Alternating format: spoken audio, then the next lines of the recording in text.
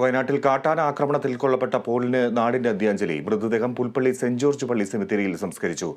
പോളിന്റെ കുടുംബത്തിന് സർക്കാർ 10 ലക്ഷം രൂപ സഹായധനം പ്രഖ്യാപിച്ചു. തുക ഇന്ന് തന്നെ കൈമാറും. വൈകിട്ട് 3:30 മൃതദേഹം പുൽപ്പള്ളിയിൽ നിന്നും പോളിന്റെ പാക്കത്തെ വീട്ടിലെത്തിച്ചത്. എന്നാൽ മൃതദേഹം ആംബുലൻസിൽ നിന്നിറക്കാൻ നാട്ടുകാർ വിസമ്മതിച്ചു.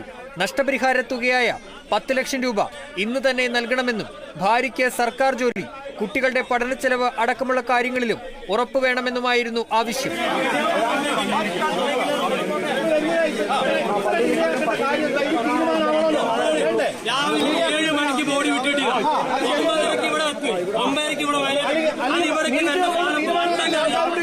തുടർന്ന് ADM സ്ഥലത്തെത്തി സർക്കാർ ഉത്തരവ് കൈമാറിയതിനു ശേഷമാണ് മൃതദേഹം ആംബുലൻസിൽ നിന്ന് ഇറക്കാൻ പ്രതിഷേധക്കാർ തയ്യാറായത്.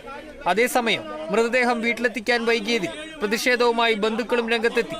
വീട്ടിൽ പൊതുദർശനത്തിന് വെച്ച മൃതദേഹത്തിൽ മാനന്തവാടി ബിഷപ്പ് ജോസ് പെരുന്നേടമടക്കം നിരവധി പേർ അന്ത്യാഞ്ജലി അർപ്പിച്ചു. തുടർന്ന് വിലാപയാത്രയായി പുൽപ്പള്ളി ആനപ്പാറ സെന്റ് ജോർജ് യാക്കോബായ പള്ളിയിലേക്ക്. അവിടെ പ്രാർത്ഥനകൾക്ക് ശേഷം വൈകിട്ടോടെ സംസ്കാര ചടങ്ങുകൾ പൂർത്തിയായി. പോളിന്റെ ഭാര്യയ്ക്ക് സർക്കാർ ജോലി നൽകാനും കുട്ടികളുടെ പഠനച്ചെലവും കടബാധ്യതയും ഏറ്റെടുക്കാനും തീരുമാനമായി. പോളിന്റെ മരണത്തിൽ മനുഷ്യാവകാശ കമ്മീഷൻ കേസെടുത്തു. വന്യജീവി ആക്രമണം തുടരുന്ന സാഹചര്യത്തിൽ രാഹുൽ ഗാന്ധി MP നാളെ വയനാട്ടിൽ എത്തും. Kerala vision news, Wayanad.